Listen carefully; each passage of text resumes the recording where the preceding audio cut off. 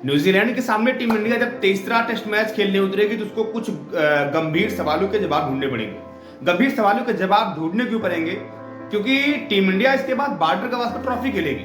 2 match हम already हार चुके हैं, अब इसके बाद हमको मैच नहीं हारना है। इसके बाद अगर हम एक मैच भी हार जाते हैं, यानी कि बॉर्डर गवास्कर ट्रॉफी और प्लस न्यूजीलैंड के सामने, तो आप गुरु ये कह सकते हैं कि टीम इंडिया जो बात कर रही थी WTC फाइनल खेलने के बारे में, जो कप्तान का कोच का केवल ध्यान था WTC फाइनल खेलने में, वो सारे सपनों पर, सारे अरमानों पर पानी फिर जाएगा और टीम इंडिया WTC के फाइनल के बाहर हो जाएगी।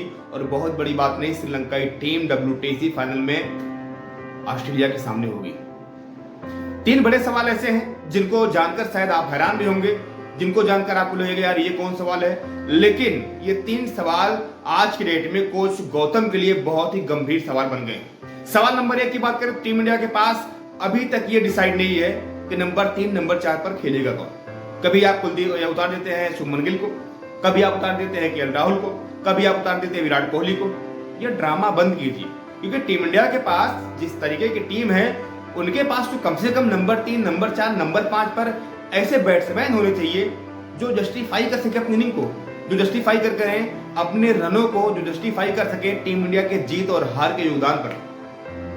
लेकिन टीम इंडिया इस समय आप देखेंगे तो ये एक अलग स्तर पर खेल रही है। यहाँ सबको तूफानी बल्लेबाजी करनी है, चाहे आपके जायसवाल हो, चाहे आपके सरफराज खान हो, चाहे कप्तान रोहित शर्मा हो, हर किसी को तूफानी बल्लेबाजी करनी है। एक दौर था जब टेस्ट मैच को यह कहा जाता था कि जो जितना बॉल खेल ले जाएगा उसको उतना अच्छा बल्लेबाज समझा जाएगा। लेकिन एक दौर ये है जब मॉडर्न डे में क्रिकेट अपने आप को बदल रही है, उसके साथ साथ इंडिया भी अपने आप बदल रही है। नो डाउट यार, देखो बदलाव बहुत जरूरी होता है और परिवर्तन का सबसे बड़ा नियम बदलाव ही होता है। जहां बदलाव होता है वही इंसान आगे बढ़ पाता है। मैं इसलिए नहीं कह रहा हूं, मैं इसलिए कह रहा हूं कि टीम इंडिया में कम से कम राहुल द्रविड़ के जाने के बाद, बीपी लक्ष्मण के जाने के बाद, सहवाग सचिन के जाने के बाद 2 आपको ऐसे मजबूत खिलाड़ी मिले थे जो एक स्तंभ बनकर खड़े रहते थे, जो एक वाल बनकर खड़े रहते थे।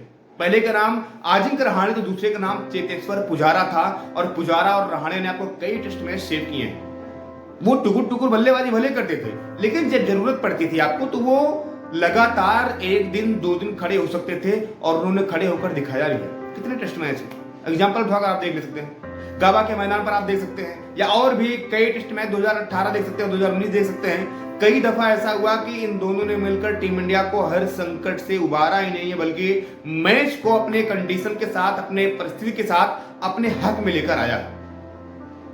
अब नंबर 3 पर आप खेलते शुभमन गिल, नंबर 4 पर खेलते विराट कोहली। न शुभमन गिल के पास फॉर्म, न विराट कोहली का बल्ला चल रहा है। विराट कोहली भी मैच जीतने के बाद आप देखेंगे, हारने के बाद, टेस्ट सीरीज हारने के बाद निकल जाएंगे लंदन, जाकर वहां अपना छुट्टियां बिताएंगे। कोई बात नहीं, आप जाइए लंदन जाइए, लेकिन उसके पहले आपकी जो कर्मभूमि है, जो आपकी जन्मभूमि है, जिस चीज को खेलकर आप बड़े हुए हैं, जिस चीज को लेकर आपका इतना नाम हुआ है, इतनी दौलत, इतनी शोहरत मिली है, कम से कम उस पर ध्यान दे दीजिए। वो उनसे होने वाला नहीं है।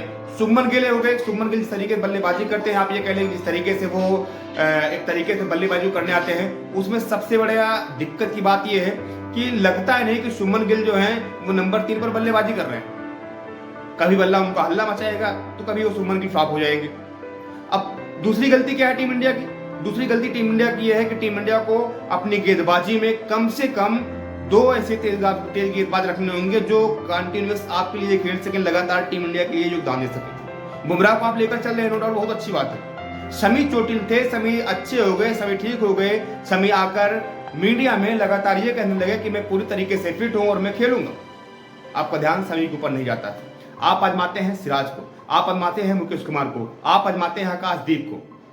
आप अभी तक एक ऐसा प्लेयर नहीं ढूंढ पाए, एक ऐसा गेंदबाज नहीं ढूंढ पाए, एक ऐसा खिलाड़ी नहीं ढूंढ पाए जो जसप्रीत बुमराह का साथ बखूबी निभाए, उनके साथ अच्छी वो गेंदबाजी करे, अच्छा तालमेल बैठाए।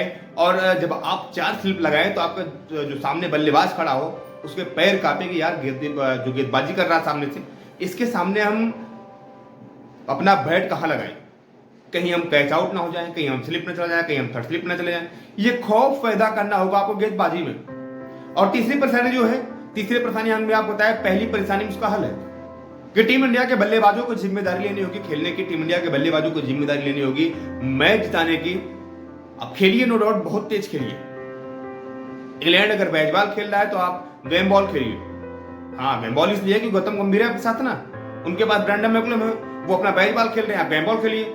लेकिन उसके पहले आप कम से कम ये ध्यान दीजिए, अगर आपकी टीम बुरी फंसी है, आपकी टीम को मैं ड्रॉ कराना है, आपकी टीम को एक अच्छी पारी खेलनी है, बल्लेबाजों को अच्छी पारी खेलनी है, तो अपने आप अंदर इतना आप क्षमता लेकर आइए, अपने अंदर इतना पेशेंस लेकर आइए कि आप कम से कम 1.5 से 2 दिन खड़े होकर आराम से बल्लेबाजी कर सके। ऐसा नहीं कि उधर से गेंदबाजी हो रही है, एक इधर से विकेट का पतझड़ लगा हुआ है, कोई आ रहा है, कोई जा रहा है, कोई आ रहा है, कोई जा रहा है, और दूसरे टेस्ट मैच की तरह इस पूरे टेस्ट मैच को हम हार जाएं। WTC फाइनल खेलने की जो उम्मीद है, उस उम्मीद पर हम पानी फेर दें, और जिस तरीके से बॉर्डर गावस्कर ट्रॉफी में हम लोग हुंकार भर रहे हैं, उस हुंकार को हम लोग भी समाप्त कर दें। फिलहाल टीम इंडिया को अगर अपने जीत की लय को बरकरार रखनी है, अगर अपने जीत में एक बार फिर से उनको सेध लगानी है, बराबरी करनी है, या आप ये कह सकते हैं आगे बढ़ना है, तो उनको ये 3 काम जरूर करना होगा कि टीम इंडिया के बल्लेबाजों को संभल कर खेलना होगा, पुजारा रहाणे जैसी बल्लेबाजी करनी होगी, और साथ ही साथ जसप्रीत बुमराह के साथ देने वाला एक ऐसा गेंदबाज चाहिए जिसको देखकर लोगों की, जिस तरीके से बुमराह को देखकर पैर कांपते हैं, उसी तरीके से उस गेंदबाज को लोगों को देखकर